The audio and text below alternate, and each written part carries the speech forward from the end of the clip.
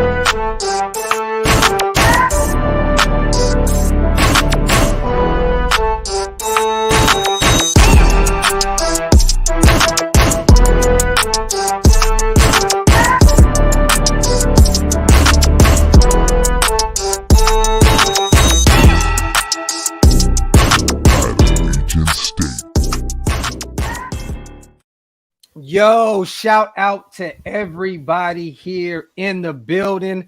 I see One Up, Raider Nation for Life, Cam, Joe Nation, everybody. Make sure y'all wipe them feet, meaning hit them thumbs up, hit that subscribe button if you're not subscribed yet.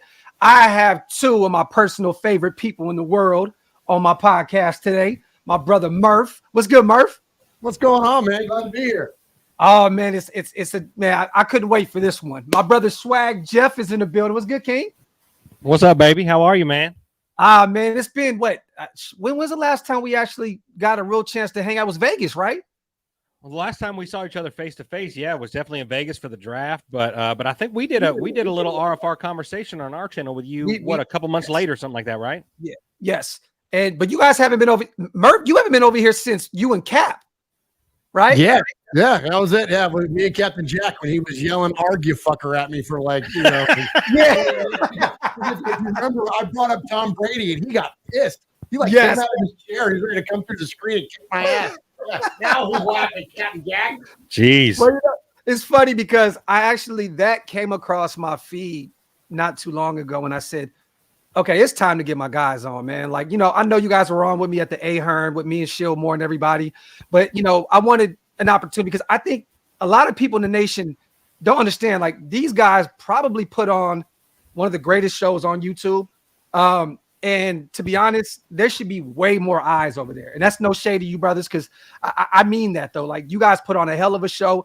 I don't pop in on everybody's show. When I see you guys live, I always pop in, I comment, because I love what you guys are doing over there. I love the camaraderie, And I love the passion and the takes that you have for this team. So shout out to you guys, man. Let everybody know real quick before we start shooting this shit. Where can everybody check you guys out at? Yeah, appreciate that very much. Yeah, you can find us each and every Wednesday at youtube.com/RaidersFanRadio. We're there every Wednesday at 4 p.m. Pacific, 7 p.m. Eastern. And then we're on every podcast service there is, Stitcher, iTunes, Spotify, Pandora, you name it. You can ask your internet-connected device, plug Raiders Fan Radio, and you can catch our show. So appreciate all the kind words. And, yeah, man, thank you very much. We've had a lot of conversations about, you coming up and everything that you've done with your channel. And not only just lifting up Raider Nation, lifting up the spirit of the Raiders, but all the commitment that you have to mental health and things like that, things that go above and beyond the team and the on the field play. Because we can all sit around and bitch about the Raiders, we do each and every year. But it's another thing to kind of take that and again lift up the community around it. And so you do a fantastic job of that and are a great ambassador for it. So we appreciate you. Respect, dude. Respect. I appreciate that. And real quick, Swag, let them know about the foundation as well, because you guys are doing some great things over there. And I think the nation needs to know more about that as well. So before we get into because look, we're gonna have some fun today. That's right. Yeah, I definitely want to talk about, the foundation and what you guys have going on over there as well. Man, I appreciate that, man. Yeah, so we started this podcast back in its current incarnation of Raiders Fan Radio back in 2017, and we realized pretty quick that there was an opportunity for us to make money on this, and we immediately decided we wanted to give every cent of that away. So we kind of did it official back in 2020. We started the One Nation Foundation. And we give to different Raider-related charities. So we give primarily to the Bolitnikoff Foundation. So back in 2019, we donated $2,000, which is fantastic, and it was all Raider Nation donation, stuff like that, merch sales, stuff like that. Well, In 2020, we doubled it to, or I'm sorry, 2021, we doubled it to $4,000. Well, this past year, 2022, we were honored to present a check for $10,000 on behalf of the One Nation Foundation to the Bolitnikovs. And it's just amazing. I mean, Raider Nation, it really is family. And, different, raffle items. We auctioned off some signed merch, stuff like that, t-shirt sales, stuff like that. We actually we presented this check for $10,000 at the Bolitnikov event, and we got a couple of balls signed. So we're gonna be auctioning those off for the Bolitnikov Foundation for the 2023 donation. So it's got Freddie B, it's got Jim Plunkett, it's got Marcus Allen. So it's got all 3 Super Bowl MVPs, plus Greg Townsend, all-time sack leader, plus Lincoln Kennedy, plus a guy named Shooter McGavin. I mean, come on, man. Get the fuck out of here. That's a 1-of-1 Raider merchandise that's signed by the GOAT Shooter McGavin. Hey, have you guys connected with Woodson Whiskey outside of the events yet? Have you guys connected with them? Okay. So we actually so Chuck and the guys at Woodson Whiskey, they sent us a signed football last year, and we raised a bunch of money for that. So so we love those guys over at Woodson Whiskey, and the folks that make our t-shirts, T Public, they helped us out. They sent us a ton of shirts that we were able to sell and make 100% profit for the foundation. So it's big time, man. I love that, man. Shout out to, is there any way that anybody here in the chat can go support that foundation? Is there anywhere where we can go and just hit a donation button if we want? Is there a website? What? Absolutely, man. So onenationfoundation.net. So you go there right at the top, right there. It's got our mission statement. It's got all that cool stuff. We're going to be uploading a bunch of pictures from the different Bolitnikov events that we've done. But yeah, you hit the donate button. It goes directly to our PayPal, and it's all going to a good cause, man. So so anyone that's willing to donate, or at least tell a friend about it, that just getting the word out and all that stuff. That's really what it's all about. So so much respect to each and every one of you that it's only right in any kind of way. It's only right I got you guys on the show. So anything I make today, you guys will be going to the Bolitnikov Foundation. Oh, so man. Much respect, man. Thank you. For those who don't know, us YouTubers, we only get paid once a month. You know what I mean? So, but that's coming up. So I'm going to take whatever we make over here and make sure that we donate it over there, man. Appreciate that, Graphk. Thank you very much. Shout out to Leo, man. First $5 going over there immediately. Shout 12 million or 12M for 3M for Jacob. And do you think McDaniels brings Trent Brown back to the Raiders? Leo, I do not think that Trent Brown will ever be seen again in a Raiders jersey. I'm not against bringing back Jacobs for 3 years, 12 million a year. I think he definitely earned that. The leading rusher in the NFL. And to be honest with you, that's kind of inexpensive, moving forward. So I'm all for it. He's still young, you know what I mean? So I would do that. What do you guys think about that? Yeah, I think that's a great price tag right there. There we go. Shout to Intel already, man. Hey, Intel, man, dude, respect, my friend. Respect, dude. Thank you very, very much. That's awesome, man. Wow. Intel is the GOAT, y'all. I don't know if you know Intel. Go subscribe to my brothers, man. Intel is always supporting what we got going on as content creators. Shout out to Intel, man. But I want to hear y'all take on that. That's awesome. That's awesome. And I love his Corvette in the picture. I'm a Corvette guy too, man. So appreciate that, man. Yeah, so that's a really, frankly, inexpensive price tag for him. The franchise tag was running around 12 million, but then of the latest numbers I saw the other day, it's 10 million bucks. So I think there's a world where we might tag Josh Jacobs if not 2 years. And then by that point, he's kind of, no pun intended, run through his prime years in the NFL. And then if he is going to depart, then maybe that's around the time that you're going to do it. But yeah, so if we can get him on a 3-year, $12 million deal, absolutely. Because I think the open market is probably going to command more. He's a rushing leader, man. You look at the contracts, it's like a Derrick Henry who you can compare to another running back out of Alabama that led the league. He's a lot more expensive than that. So I think on the open market, Josh is more like a 15 to 18 a year kind of guy, don't you think? Yeah, there's been a lot of rumors about 14 and a half. And me personally, I don't want to pay back that kind of money, especially after drafting Zeus in the 4th round. We got Sincere McCormick returning next year, our UDFA that I'm a huge fan of. Britton Brown, 7th rounder out of UCLA. Those guys at some point are going to have to get a chance. So 14.5 million, if it goes that way, I'm sorry, you guys, I don't know. I don't want to pay that. You know what I mean? Because we have so many glaring holes on the defensive side of the ball.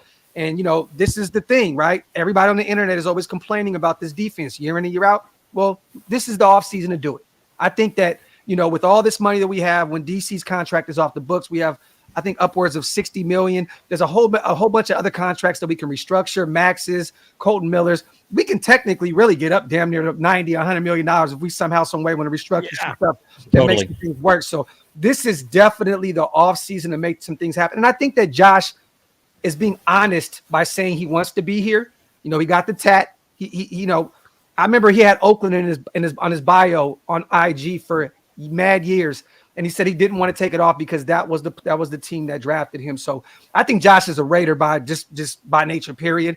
And I think he'll come back for 12 and a half. I do believe that he's going to try and get as much as he can, which he should, because the running back, the running back position is sad as it is. The shelf life is just non-existent at this point. You know what I mean? And you got to get whatever you can. But I do think that he's going to help us, especially if a guy by the name of Tom Brady comes in to help us at the quarterback position. I think everybody around him will follow suit and take less money to bring a ring to Las Vegas. What do y'all think about that? I want to start with Swag because, we have not talked yet. We always laugh and joke on Twitter and stuff. And sure. Stuff, but we moved on from Derek Carr in week 15. Stidham came in for 2 weeks, looked great against the Niners, kind of came back down to earth week 17 against the Chiefs, which was expected, right? Absolutely. What are you guys thinking about the quarterback position going into the offseason? And is Brady your number one option? I mean, I know that we all want to draft a young guy. I know you guys are in Middle Tennessee, right? Tennessee. And I know you guys know about the guy Hendon Hooker, which I'm a huge fan of. Torn ACL, up there in age. Who cares? I don't care about any of that. You can get him in the middle rounds. You can bring him up under a guy like Tom Brady. That's a perfect situation for me. But Swag, what are you looking like? What are you looking for in the offseason at the quarterback position? Yeah, well, the last couple episodes, I've made it pretty evident and clear that I think Tom Brady's one of your best viable options. The Ravens are not getting rid of Lamar Jackson. That's not going to happen. Jimmy G would be your second best guy, but I'm not really about him either. It's fine if he comes in, but I think Tom Brady's your guy. I think he wants to come and have one more, and he'll be here for 1 year. So we'll get 1 year at TB12. But I think you're right. And I look at Hendon Hooker a lot. He's 24 years old, which, back about 15 years ago, that was fairly old for a quarterback, but, nowadays you see quarterbacks play until they're 40, 41 years old. So it's really not, that old because you got another 13, 14 years with a guy. So, and he's just coming off of an ACL. So when that happens, he needs plenty of time. We don't want to rush this guy back. So bring in Tom, let Hendon Hooker learn under him for a year, and then him and Stidham fight it out, do whatever they got to do. And, we'll see what happens, but the future looks bright at the quarterback position. And I don't think we go and get a guy like CJ Stroud. I'm not about the Ohio State quarterbacks. I am absolutely not. Any of those other top guys either. I really don't feel any of them really either. So, I think go get him in the mid rounds, go grab a guy like a Hooker because he is coming off of that injury and he's a little bit older. So his draft stock is dropping. It just dropped again. You know what I mean? So maybe grabbing him in the fourth, maybe even the fifth round is not out of the question. Not at all. How you feel about that? How about that, Murf? My big takeaway on that is that Jeff says he wants to go grab a hooker. Like, I'm like, it is Vegas, man. Come on now. Yes. Oh boy, Swaggo. So I don't know. I think there's a lot of different scenarios that we could see play out, right? We have all the different expatriate quarterbacks, including the one that's already in the building, and Jared Stidham. So you got all those guys that could be into the mix. I'm talking about, of course, Jacoby Brissett and Mac Jones is now being rumored, and of course Jimmy G and then Tom. And I think a lot of those make sense. But there is, a potential for an Aaron Rodgers. I know it would take some contract restructuring, and it would take the Green Bay Packers taking an awful big hit in dead money. But if they're going to play a Jordan Love, if they are going to make that move, is this the time that they're going to do it? So I think that there's a lot of things still left up in the air. But again, I think all the tea leaves are pointing towards one of these Patriot quarterbacks. And then, for the Raiders to draft somebody, I don't see us going through, first off, a lot of these guys might not be there that we would want, and we got to, like you said early, Graph, defense. That's where it's the entire focus of this thing has to be. And so, if we can get somebody on a team-friendly deal, then, absolutely just commit all of our resources to the freaking defensive side of the football. Even if we don't make any big changes outside of offensive line offensively, they're plenty good enough to be competitive, even though I know it's a small sample size, but we saw Jared Stidham have a really good game against the number one defense. And I hear it, Raider Nation. It's, he doesn't have no tape on him and all this and all that. Whatever, man. The guy went out and freaking balled out against the number one defense. The end, okay? So he's clearly good enough to run the offense. And our good buddy QB Jeff, has been saying, you don't need, if you got a great defense, and you got a great running game, you don't need a freaking gunslinger. We don't need Aaron Rodgers. We don't need, somebody like that to come in here and light it up. We just need somebody that can be effective and be consistent and, throw it into the end zone when you're in the red zone. Manage a game. You know what I mean? Not throw short of the goal line on fourth down. Things like that. I know it's good. Oh, we're about to go left here in a second. Yeah, right. Because I totally agree with you. And can I bring up something around that too? Yeah. Can about this Tom Brady thing? Because I gotta get something off my chest, man. Is that okay? Hey, no. This is y'all show today, so you do whatever you want. All right. So I'm having a hard time, and in my fandom, not my real life is the best it's ever been, but in my fan life, I'm having a little bit of a struggle. And I know, look, there's a lot of gray in this beard, and I know I've turned this Raider calendar a handful of times. And more so than maybe a lot of folks that we run into on Twitter. I don't understand the lament for our previous quarterback and the absolute pending hatred for who potentially could come in and play quarterback. And I realized yesterday, Graph, that I root for a different Raiders team than a lot of people on social media. Yeah. And this isn't to disparage them, and I'm not making it like an age versus age thing or anything like that. But Al Davis said, just win, baby. We had Jerry Rice come through the building, Bill Romanowski, Willie Brown. Al himself was a goddamn Charger before he was a Raider. This whole idea that our things that happened in the past have to inform what's going on currently or in the future of the Raiders, it's asinine. No one is bigger than the Shield, not anybody leaving, and not anybody coming. And the people that are going on this big lament and like feeling like, oh, this person was treated unfairly. Man, shut up. I'm sorry. That doesn't fucking work, man. Al Davis traded Phil Villapiano on a phone call when he was consulting him about the person he was trading him for. There's no fucking feelings in this thing, man. Bro, Stu was just on this show the other day, and Stu said he walked into Al Davis's building, and he said that Al said, "You don't like what's going on?" He said, "No." He said, "Well, get the fuck out of here. You're gone. Simple and plain." And Stu was a guy that was handpicked by Al Davis out of Purdue in that third round when he came out in that draft. So look, man, it's a business. I'm gonna be honest with you. If I can work somewhere for 9 years and get two $100 million contracts, and there's no way in the world I could ever say I was mistreated for anything at all.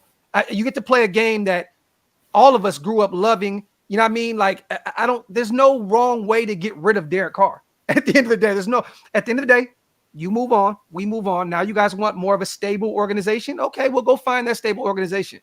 I don't know if that's the Jets because they've been more dysfunctional than us. You know what I'm saying? I don't know what other team, the Commanders. I mean, if he gets his feelings hurt by Vegas fans and Raider fans, welcome to New York, motherfucker. You know what I'm saying? Like, you're about to get wrecked, homie. Exactly. And I like that because I like what Murf brought up with Aaron Rodgers because I'm starting to see, right? I don't think that he's actually a real option.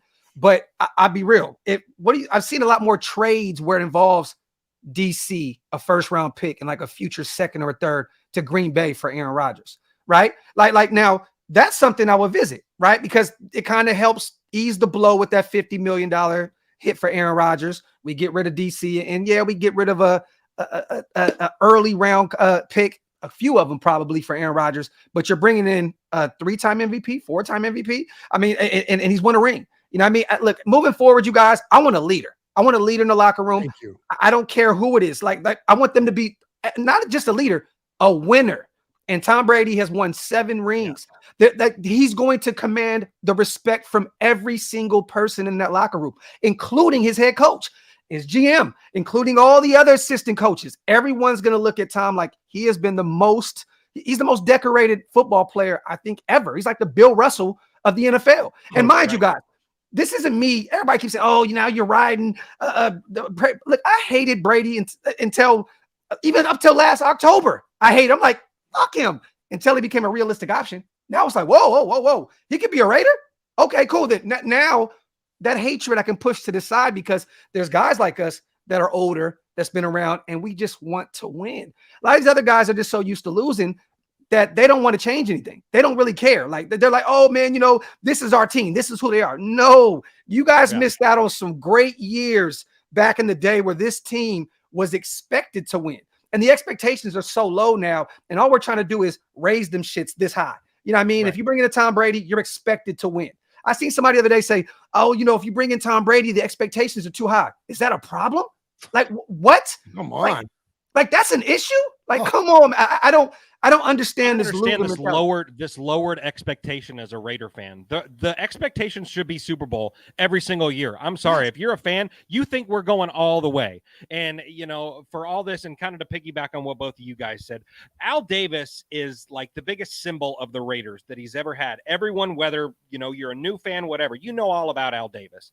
Al Davis probably wouldn't extended Derek Carr the first time. No. But he damn sure wouldn't have given him another chance in 2020, because Al Davis always went and got the best players. He would go and pick the best players of every single team because I want to win. And I don't care how the hell I'm going to win. I'm going to win. Well, Tom Brady is like one of the most, that would be the most Al Davis pick ever, that he would just grab that guy because, hey, you know what? That guy knows how to win championships. Yeah. And I brought in all of his coaches and I did all this stuff. So now let's go and do it and let's get it done. And it doesn't matter how it's done, but just win, baby. I don't understand the sentiment that people would say, oh, well, we hate Brady. Yeah, well, until he's a Raider. Just win, baby. There you go, man. There you go. That's all there is to it. Yeah. I don't give a shit who is under center. I don't give a shit who the coach is. I just want to win. Just win, baby. That's all there is to it. Come on, simple and plain. So look, we can talk. We can talk about this situation all day. Look. We already know them Twitter streets are toxic as hell, man. You can't win on Twitter, man. You know how many times I've deactivated that account just to come back on and promote the shows and stuff like that? Because it's just, you can't even have a take without people trying to come at you and all kind of crazy stuff. I'm gonna say this, man. At the end of the day, whoever comes in, I'm rooting for him. Point blank period. The end. I rooted for Derek Carr most of his tenure as a Raider as well. And at the end, I just started getting fed up. You know what I mean? I just started getting fed up. Not saying that I wasn't still rooting for him, because I definitely was, but I was happy that we decided on turning the corner and moving on. So, either way, we got a new quarterback coming in here soon. And I'm excited. I know you guys are excited about the future as well. With a full draft to play with, I think we have 11 picks right now. Potentially can get up to 14 or 15. We can get some comp picks, I believe, for Marcus Mariota, Nicholas Morrow. There's other guys that we can potentially bring some in. Is there any specific guys? Have you guys done your homework yet on any guys, any mock drafts have you guys done? Is there any specific names that you've been looking at and thinking, man, I would love them to be a Raider? I'm not a huge draft guy. I don't really dig into it too much. I mean, I know enough to be dangerous because I like to watch college football.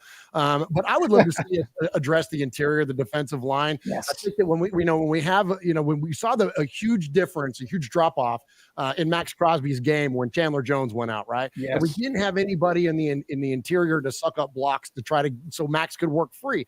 And that's what Chandler Jones was doing, that he was helping suck up blocks. So I would like to see. You'd love to see like a dominant defensive tackle. We haven't had one in a long time, right? Like I was trying to think back the other day about the last time we had like a really kick-ass interior defensive line. I mean, what, Tommy Kelly and Richard Seymour? Was that it? I mean, I know Jefferson and Thomas had a great year last year, but I don't know. So I would love to see one of those guys. So obviously Jalen Carter's the big name, right? Man, I'm hoping that there's like this huge run on quarterbacks. So Jalen just somehow, some way falls. Then I hope again that this character issue shit comes back up so we can just drop a few more down to 7. Yep. And I would love it. I would love it. So, hey, Jalen Carter, man, somebody drum up some old tweets or some shit and let him fall down to 7. I don't want the young guy to lose out on any money. I don't mean that literally. I'm just saying I would love for Will Levis. I think he's going to be with the Colts. I think that Young is going to go to the Texans. Like there's so many there's another name, Anthony Richardson, that is rising up a lot of draft boards out of Florida, probably the most athletic quarterback in this draft. So there could potentially be a run on upwards of 4 to 6 quarterbacks. And at that point, that may leave you Will Anderson out of Alabama. That may leave you Jalen Carter out of Georgia. And at that point, man, we get one of those stout D linemen. Hey, you put them in between Chandler and Max, and then you go get another guy, in free agency, a veteran like a Hargraves out of Philly or something. There you go. Now you have one of the best D lines in the NFL. So I think that this, everybody wants to say rebuild, this reboot is going to be a lot easier than a lot of people are. I think so too. Yeah. We have a lot of money, a lot of draft capital. We don't have to trade up. To be honest, I'd rather trade down. If Jalen Carter's off the board, I'll move to the middle of the first round and go get a corner or a linebacker. That's my thought there too. Graph is, if those guys that we want, that Jalen Carter, Will Anderson, if they're not there, I say we trade down and then you go and get that cat out of Clemson, Trenton Simpson is a freaking baller, man. Yeah. He is an absolute stud. I mean, we talked about it on the last show. I mean, when was the last time that we really had just that like holy shit knockout linebacker? Forever. It's been forever, man. I mean, Matt Millen, Kirk Morrison, one of those guys. I mean, that's really the last time that you've seen something like that. So now you have Perryman, and yes, he's in and out with his health, with kind of injured, seems like every few games and stuff like that. Yeah. But you pair up him with Simpson, like, bro, like, come on, let's go. And I think Devon Diablo will come back healthy next year. I think he'll be better in this scheme. In year 3. So, I love how those UDFAs stepped up too. We had pretty much non-existent linebackers this season. We had Luke Masterson, a UDFA, Gary Butler, UDFA out of Arizona State. It was really, really tough to look at this point this year. I believe that second part of our defense has to be rebuilt. And if you bring Denzel back, the cool thing is this: he's always had durability issues since Miami, since the Hurricanes, since college. But if you bring him back on an inexpensive deal, there's your run stuffer, right? I know he'll probably play sparingly, but we need a cover guy. We need a guy that can actually get to the quarterback and cover. There's a guy named Drew Sanders. Andy put me up on him, man, out of Arkansas. If you guys can do your homework on him, a former defensive end for Alabama, then transferred to Arkansas. That is a guy to look at if you do trade back to the middle of the first, into the first. But yeah, it is time to build up that linebacker core because it's been forever, dude. Like it seems like we'll have a great corner or a great edge rusher, and just the middle of the defense is still just ghost. You know what I'm saying? It's a ghost town. And I think with all this draft capital, man, maybe you look at a guard and a tackle, but that still leaves you about 9 to 12 picks potentially if we get comp picks for all defense. Like, look, man, well, a QB as well. We got to get a QB somewhere in those middle rounds. But I think that we're going to build this defense up the way Seattle did, the way New England did through the draft, all on cheap contracts. And that's how you continue to not build success, but sustainable success. That success that's going to be around where, like, it's not 2 years in 9 years that we went to the playoffs. I'm talking about every year we're a perennial playoff team. You know what I mean? And I'm looking forward to it. Pittsburgh builds the same way, right? You got to build through the draft, and and these top rounds are great, and that's where and again, and I'm kind of ignorant to the draft early on until we get later, but when I like to look at positions, and I like to look at where do you build a championship, and you build a championship in the later rounds. Yeah, you can get superstars and highlight reels and all that stuff is great. Yeah. And you can get those guys that can get a Joe Burrow, or you can get whatever in those top rounds. But when you get down into it, like those championship teams, those are the things that are built through the depth, and those are in those later rounds, and you collect enough Max Crosby's and you know what I mean, and enough Nate Hobbs's, then all of a sudden you've got a championship football team. And you're right. And the other key thing there too, Graphk, is that a lot of times I think people miss on the way that the contracts are structured now. Like those rookie deals are huge. It's a huge strategy. It's a huge component for a general manager and anybody building a team to use those to the best of their ability. Think about it. Like if we're going to have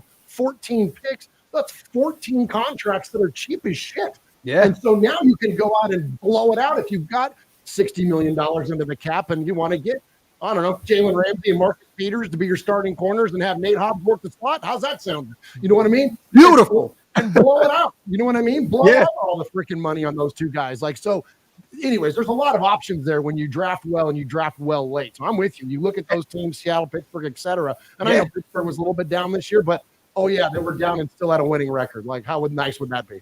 I would hate to have you guys repeat yourselves, but there was a take that you guys had not too long ago, right?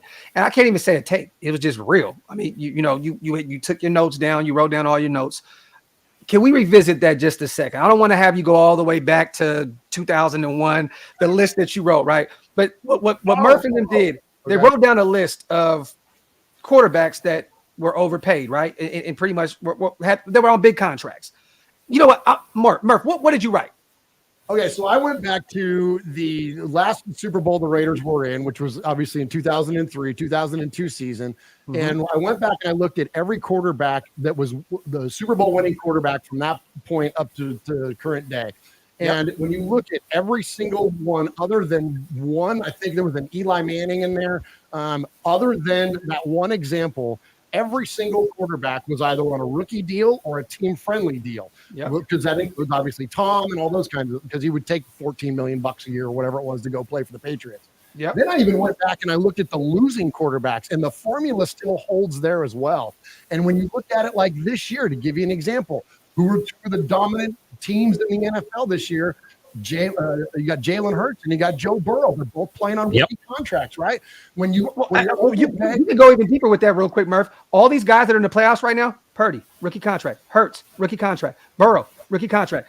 Josh Allen just got extended, I believe, right? Isn't he now finally? Okay, so Daniel Jones. All these guys in the playoffs. Daniel Jones, right Trevor Lawrence, rookie contracts. So go ahead, but Murf, talk that goat shit. Talk that goat shit. But that's the formula. The NFL is different. Ever since we drafted Jamarcus and he busted out, the NFL changed the rules, and so you don't overpay for quarterbacks early on. So there's actually a case to be made for taking a shot on quarterbacks in the first round until you find one. Just freaking start firing off picks and just keep going until you find the guy. Because once you lock that position down, like you just mentioned, all these other guys and all these other teams that can flourish, because then you can overpay. There's a reason that the Rams won the Super Bowl, and it's because it was Matt Stafford on a team-friendly deal, and then they spent all the goddamn money on their defense. Like the end. Like it's not that complicated of a formula. The Buccaneers did it with freaking Tom Brady. They freaking took him on a team-friendly deal and then overpaid on everybody else on defense. Now, do you mortgage your future potentially like the Rams did? Yes. So there is an unhealthy way to do that, but there is a very healthy way to do it by go back. Russell Wilson, rookie deal. Joe Flacco, rookie deal. Like, I mean, you could just go. Mahomes, rookie deal. There you go. That's the winning formula. I'm not saying it's the be all end all, because there is Matt Ryan's of the world where he got a bag and then took the freaking Falcons to the Super Bowl. So there are exceptions to the rule, but for the most part, and sign me up for the most part, if we got an 80% chance at success, well, let's go with it. Let's follow that formula. So I think like what you talked about, bringing in Brady, having him be the bridge, having the greatest of all time be your bridge, and then having have a guy like, I know we've brought his name up 100 times, but just to use the example again of a Hendon Hooker who's going to need an extra year anyways to rehab from his ACL. So then by the time he comes out, he's 25 years old, 26 years old, whatever, and he's up and running. He spent a year under Brady, an extra year in the system. Like, he can play until he's well into his 30s at a minimum. Like, the math is not hard. And he's people don't realize too, you can go get you can re-sign Brady and Stidham for cheaper than Carr and still probably save $10 million. Bingo. There you go. So guess what? You go get Hendon Hooker. You have him sit out for a year. You got Stiddy that comes back, backs up Brady. Two guys that know this system very well. It just works perfectly. Then you have a guy like Garbers that's on the practice squad. You know what I mean? And pray to God you never have to see him. But it's just, but you know what I mean? Like, so man, like this is what I'm talking about, you guys. Doing the homework. You can look at the science of football. What Murf just broke down. This is facts. This isn't just talk. This isn't just let's go get views. This is actually facts. Shout out to Murf for that great take.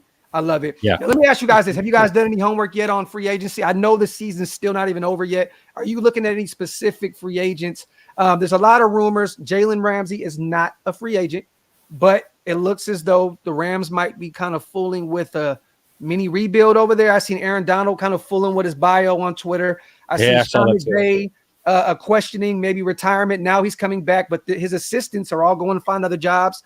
Jalen Ramsey was saying little things here and there on Twitter, kind of. And in the past, he's already said, I would have loved to be a Raider or a Titan. You know, he's from the area out there in Tennessee. So, you know, is there some moves that you guys are looking at that could potentially help this defense? I mean, the O is already cool. I mean, look, we don't need to worry about the offense. Yeah, you can kind of tweak with the O-line. I was telling Wasted on the phone earlier, people tend to forget that we still got Heron. He's coming back next season. We went and got, was it Muti, I believe, from another guard from Denver. So we have some other guys that we can kind of insert into the offensive line, some tinker with it a little bit. But how bad is our offensive line really?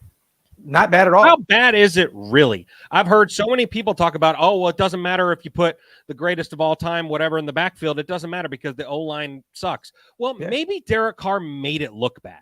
You look at some of that film breakdown, especially during that during the Steelers game. We watched this great video, the QB school. Yeah, I watched Shout out to the QB school, man. Yeah. It's an absolutely amazing video. But you actually look at some of those breakdowns as to how it was, and Derek was like stepping into pressure. He was resetting the pocket with a guy in his pocket. You know what I mean? He was shifting in ways that just made the offense look like trash, or the offensive line look like trash. So, you know, all those sacks that were letting go and all that kind of stuff. Was it actually the guy letting it go, or was it Derek stepping into trouble? Yeah. And he stepped into trouble a lot. And Brady, his O-line was even worse this season. And his run game was non-existent. He had Leonard Fournette and those guys that couldn't run the ball at all. So he ended up having to throw the ball more than any quarterback in the NFL this season, and still had 4,700 passing yards at 45 years old. And people are complaining about potentially bringing him in with all the weapons that we have in a system that literally is tailor-made to his skill set. This isn't a Byron Leftwich ran offense. This is a offense that Josh McDaniels and Tom Brady actually probably created together. They probably built together. 100%. Yeah. So, I agree. But what are you looking at though, Murf? What are we looking at? So when it comes to free agency, there's one name that really jumps out at me, and I've wanted to see this guy in silver and black since day one because he's an Oakland guy, and it's Marcus Peters. And I floated that out there about Jalen Ramsey and Marcus Peters. Wouldn't that be great? But I think one of the things that I like about Marcus Peters most is not only is his game fantastic, but we talked a little bit about being an old school Raider fan, and it's been a long time since we had dogs on defense, man, since we just had people that had a little bit of edge to them, and not people that would toe the line, but would push it a little bit. It might have been since like a Richard Seymour or something. And we had somebody that would just push it a little bit. It's one of the reasons why I like Jonathan Abram. I know he didn't work out, and I know he was a liability in coverage, and I get why he's gone. But when we drafted him, that was what was encouraging to me. Is I'm like, okay, let's rekindle that mystique of the Raiders a little bit. Like the whole ring around the rosy bullshit that the Chiefs did to us. I would have loved to have had somebody go out there and freaking chin one up on freaking Mahomes after that, because that's some Raiders shit. That's Raider shit. When you get punked. It doesn't matter that we're already getting punked on the field. Oh, Marcus Peters would have did that shit. Marcus Peters would have did that shit. Absolutely. That's what I'm saying. So I would love to get a guy like Marcus Peters that doesn't take any shit, and a guy that will bring some freaking dog to that defense. And I know we have greater needs than corner, but that guy, I think, just for the chemistry of the team, for the attitude of the team, and for what was going to, let's inject some Raiders back into this Raider thing, No, definitely. And I think Marcus Peters could be had for $7-8 million. He's kind of at the tail end of his, career, and he still played fairly well for Baltimore. But I think with this system with Patrick Graham, Marcus Peters was slipping like a glove and be right there, whether it's corner 2 or corner 1. I'd preferably want him to be corner 2. You know what I mean? Hopefully you can go get a young guy in the draft that can come in and just step in, whether it's Joey Porter Jr. out of Penn State, someone like that can step in. Because I feel like, Rock Ya-Sin was a great corner 2 when healthy. He looked really good out there, but I want a true lockdown guy. Peters isn't that guy at this point, but anything to get Nate Hobbs back in the slot, I'm all for it. Back in the slot, yeah. He was exposed this season because we were pretty much having UDFAs out there on the outside helping them out. I mean, look, we another room that was non-existent this season, the cornerback room. You know what I mean? The safeties Merrick once again had a really rough year. Deron Harmon stepped up as a veteran. He has some pretty big plays for us, and I wouldn't be mad bringing him back on a very cheap contract, to be one of those leaders in the locker room. I know, he's former Patriot. He knows Tom and all this other stuff. I want to say this too. I said this before on one of these shows, but there's some names, you guys, if we do bring in Tom Brady, that will come with him. I mean, do you think Tom won't hit up Stephon Gilmore? They won two Super Bowls, I believe, together. And say, hey, Right. you're a free agent. You had a hell of a year with the Colts. Come over here and let's win another one on the way out. You know what I mean? Like there's other players. Gronk is already flirting with the idea of coming back. Could you imagine him and Waller? All we're missing is that blocking tight end at that position. Like we all know that Darren Waller was a wide receiver at Georgia Tech. He has that wide receiver body. And, you know, he's not that blocking type guy. I thought Foster Moreau could transition to that. And, you know, he played fairly well. He had some huge drops at big moments, you know, and he's a free agent. Me personally, I wouldn't want to bring him back if you could bring in a Gronk. But, yeah, man, Gronk's only going to be, I say only, but I know he's getting up there a little bit at 33.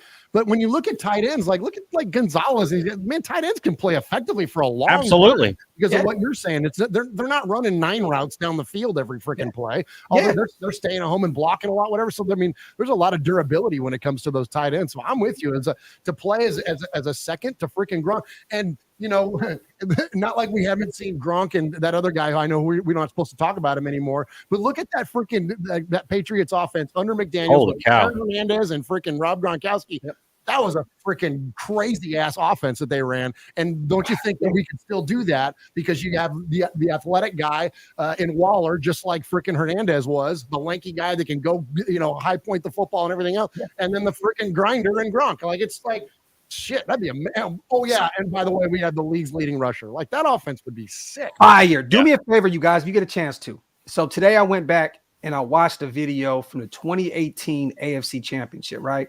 It was the Patriots versus the Chiefs. And this was at a time where a lot of people were saying that Brady was on the way out. He was washed at that point, right? Literally ran the same offense. And when I mean the same offense, I was watching plays, the trick play, hand to Jacobs, throws it back to DC. I was watching some of the same exact play calls, right? And they had Edelman. We got Renfro, right? They didn't really have a guy on the outside. We got Devontae Adams. Gronk still playing at a high level in that game. Brady goes back to that. I just do with all these weapons with Devontae on the outside and us getting a speedster maybe in this draft, you know, in the later rounds, a small school guy that just takes the top off of a defense. I don't know how we can fail. Everybody in the chat, y'all, if you can, please go back and look at the film. 2018, it was at Arrowhead. The Patriots won in overtime. Hell of a game, but that offense was the same offense we ran all year long this year, and it got us nowhere. It got us to 6-11. You know what I mean? Don't get me wrong, we got an all-pro in Devontae Adams, you know, but crazy. That offense can be definitely spooky, man. Shout out to everybody here in the building, man. Wipe them feet, hit them thumbs up. If you're not subscribed to the channel yet, hit that subscribe button. Also, make sure you guys go support my brother's YouTube channel as well, Murf and Swag Jeff, Raiders Fan Radio on YouTube. Make sure you go subscribe, man. Run those numbers up. Like I said before, one of the greatest shows on YouTube. I really do not pop in on a lot of people's stuff. I always pop in on my guys to check out what they got going on. So make sure you guys support our brothers, man. Let me see. Natural Nate, love DJ Turner. I don't know which one you're talking about, though. Are you talking about our Turner that we already have? I don't know if he's that guy. If you're talking about DJ Turner out of Michigan, the corner, I'm all for that. So I don't know. Sure, I don't know. Why not? Yeah. So yeah. 80 for Brady. He said Nate wide receiver. Yeah, that's why I was lost, Primos. I was lost. So I got to ask you guys this. This is one of those things because, you know, nobody wants to place the blame. Well, I'm not going to say that. Say half the people place the blame on specific players, right? And then others place the blame on the coaching staff. I'm not going to act as though Josh McDaniels had the greatest year because he didn't. Outside of that New Orleans game, though, and that Kansas City game, we were in on every single game. You know, every single game. If we shit the bed this year, which I do not see it happening at all, is this it? Is that leash gone from this short now to just completely gone? Is Josh McDaniels and Ziegler out of here if they do not get to the playoffs this year? I don't see a scenario where you can keep him. I mean, look, Mark is, as much as we give Mark a hard time, he's still his father's son, and he doesn't like to be embarrassed, you know. And we saw him, you know, send Jack Del Rio to the podium to give his own, you know, release from the team after we got embarrassed against the Chargers. So I mean, you know, he doesn't do embarrassment well. We saw the way that he, I think, frankly, overreacted because a lot of the scenario was brought upon by the really the formula that he's built in Vegas with all these opposing teams' fans. But he was embarrassed, and he came out, pretty aggressively against it. And I think we're going to see some dramatic changes. So if the on-the-field product is again embarrassing, it wouldn't surprise me. I don't think he's going to go full Al and fire the guy mid-season. But if they start off 0-5 or something like that, yeah, you can't in good faith bring that guy back again. I could see a scenario though where Josh gets let go and they retain Dave. That wouldn't shock me because GM, you really got to give them some runway. GM is, especially when you inherit a roster that doesn't fit your things, you got to give them a little bit of runway there. But in terms of McDaniels, but I'm with you though, and I know we say this every year. We're all delusional Raider fans, and we think always all delusional. We're all gonna 11 games, and we're gonna win 11 games. We're gonna make the playoffs. We say that every freaking year. No one comes out of the gate in the offseason and goes, "Yeah, we're only gonna win 6." So you know what I mean? None of us ever do that. So, but there's, and this is what I think was so disappointing about this season is that going into it, we were like, there is no way this team can fail. And if it does, yes, some heads got to roll because the recipe is there for 100% success. Yes, there were still weaknesses. There is on every football team. But that idea that we fell so short of the expectations because we were all thinking like an AFC championship type run, right? Yep. So going into this next year, I think the expectations are going to be high, especially if you start assigning big name free agents to this team. And so, I think if we fall short again, he's going to be gone. But I genuinely don't see a world where we don't win 10 games. I know we got a long ass way to go, but come on, man. If you add one or two pieces, like we've talked about so much tonight, offensively, we're kind of stacked. And so it's going to get more stacked. And if we can do enough defensively to get our defense to the middle of the pack, then how do you not, win in there like that? And one last thing, too, I'll say is that, to your comment about people like to point fingers at one player, whatever.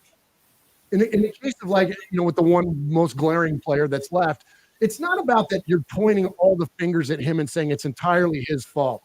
But he is the linchpin to this thing because quarterback is the most high-profile and important position in all of team sports. So you're going to kind of start there.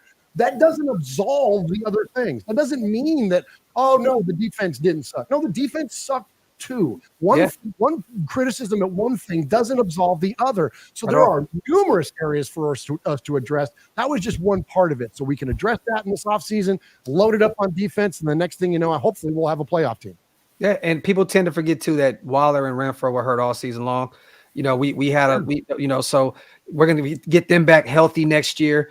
I don't see a world where we don't win 10 games. I think that Josh McDaniels does prove himself. I just feel like, I always say this, and I'll get off the whole Derek Carr thing. He got 9 years. Give Josh 2. Just give him 2.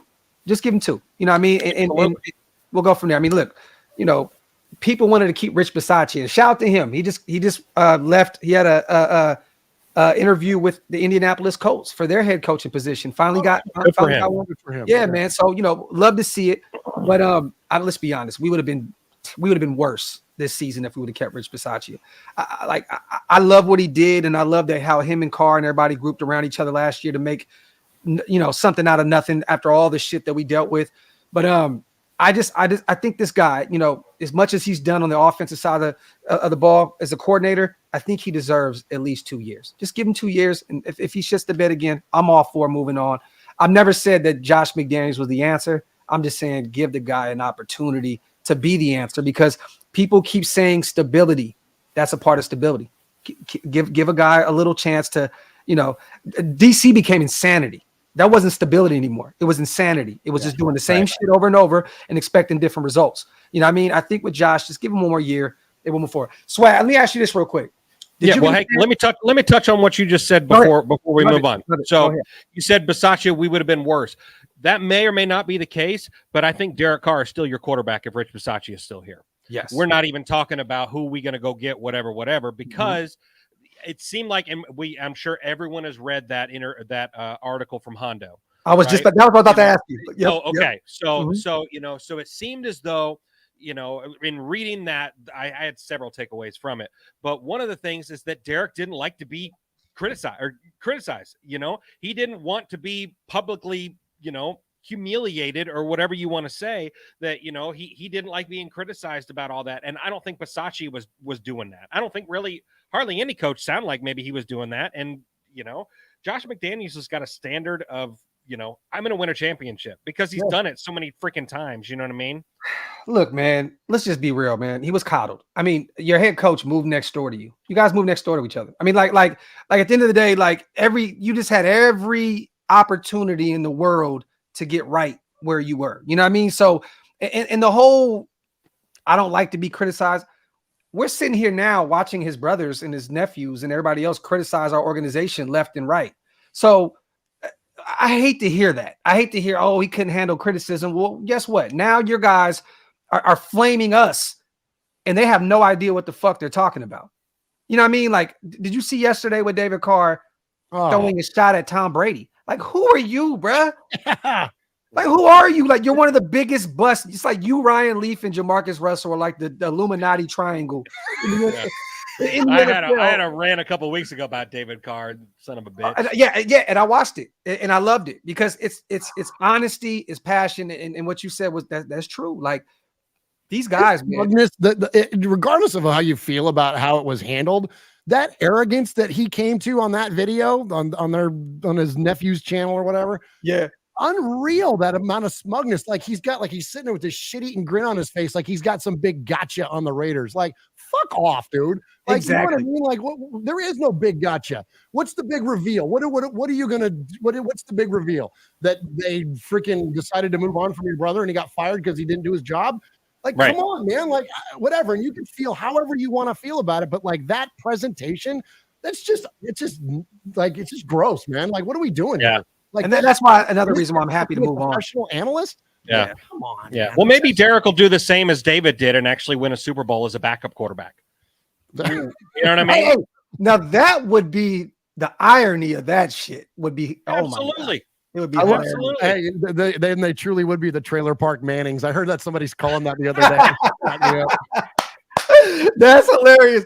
Shout out to everybody in the building, man. Wipe them feet, hit them thumbs up. If you guys are not subscribed to both channels, hit that subscribe button. We're coming up on an hour. I want to do this before I got to go because I got to go pick up my kids here in a few seconds. I want to ask you guys this. I'm going to start with Swag. The Hondo article. Yes. All right. I thought it was phenomenal. You know, I don't really do a lot of the beat writer stuff because, you know, these guys actually, they work for the team so that they're kind of, we can speak our minds. We're fans, right? That's all we are. We're fans at the end of the day, right? And so I'm always kind of partial to reading a lot of this stuff because it sounds just like, you know, just shit. I don't want to I dig deeper than that. I felt like Hondo's article was unbiased.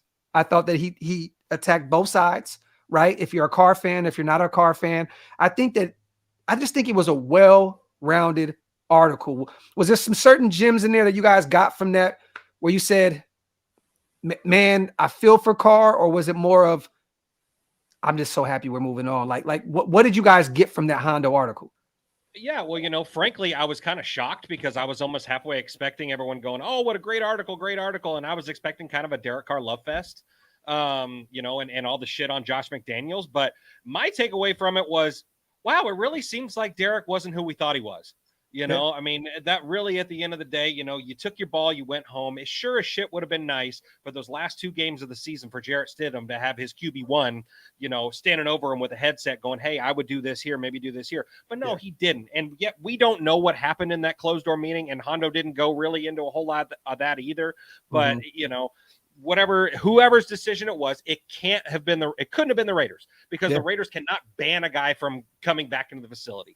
So it was Derek. Derek said, you know what, if I can't play, I'm just going to go to the house. And that's what I assume too. Yeah. You know, and that's a damn shame, man. But it really, reading that article, like I kind of, at the end of it, I was almost a little fired up for Josh McDaniels. Like, okay, man, let's fucking go, man. Let's keep this shit going. Like it seemed like everyone else bought in, but the guy that needed to buy in the most. And it's a fucking shame, man. You know, that, you know, this guy who has been the one constant for our favorite team in all of sports, you know, he's been our guy for so long. And, you know, yes, there are Carr haters for no reason. Yes, there are Carr lovers for no reason. But all of us true fans, we're kind of in that middle ground. Yeah. So, you know, but we root for the guy. We want the guy to succeed. And he's, you know, sold this, concept that I'm going to be a Raider forever. I'm never going to leave. I'm never going to do anything else. I'm going to be a Raider for life. But when you can't buy into something just because you got your fucking feelings hurt, like, dude, like, and the thing in that article that was revealed to me that I love, that I think that everybody needed to hear, and I think most of us really knew, was that DC was actually afforded the opportunity to go out there and win that job. And it was his job. Like, this was not a hit job. They didn't come in hoping that he wasn't going to succeed so they could move on. That after reading that article, I think a lot of people, even car guys, were like, damn, you know what? I can't fight that narrative anymore. I can't say, oh, it was a hit job and he did this. No, it wasn't. He was out there. That was Josh McDaniels' guy. A huge reason why him and Z came over here and took the job. You know what I mean? So that was the one thing that I loved about it. What did you get out of it, Murf?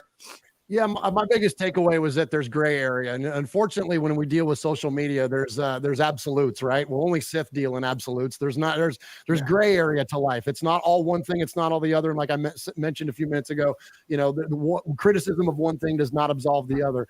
And so what I took from that article is that there were mistakes made all over the place, and there were expectations not being fulfilled all over the place. And for that, Derek was responsible for a portion of that. McDaniels is responsible, and the Raiders, we'll say collectively, are responsible for a portion of that. But guess what? The Raiders are going to keep being the Raiders, and the Raiders are going to Raider forever until the NFL ceases to exist. Derek Carr's got a finite amount of time to play in the NFL. And the Raiders made a choice to move on from him and to enter into the next phase of their existence. And that's with a different quarterback. So I think that there are, you can take away the idea that, like, it doesn't have to be all or nothing, Raider Nation. I would just plead to fans about this kind of stuff, because we're going to find something else to fight about. Like, we're going to figure it out, another thing to disagree. We're doing it now. We're Brady. We're already doing it now. Yeah, we're already there. Just remember, man, that there are two sides to this thing. And I always say, like, we never are privy to the conversations that go inside the walls of now Henderson, used to be Alameda. But this kind of gave us a little bit of an insight to kind of what that dynamic was around there. And I'll say this last to wrap it up. I was surprised because I was like Jeff. I read Hondo as really a faithful guy to Derek. He kind of, in press conferences and stuff, lobs a lot of softballs. Yes. And I didn't expect him to come out and throw a couple of jabs, and he did. And so I applaud him for doing that, because that's, again, it doesn't always have to be rosy. It doesn't have to be Pollyanna. We see 6 and 11, and that's dog shit. So let's call it dog shit, figure out why it was dog shit, and then make it better going forward. Right. Yep.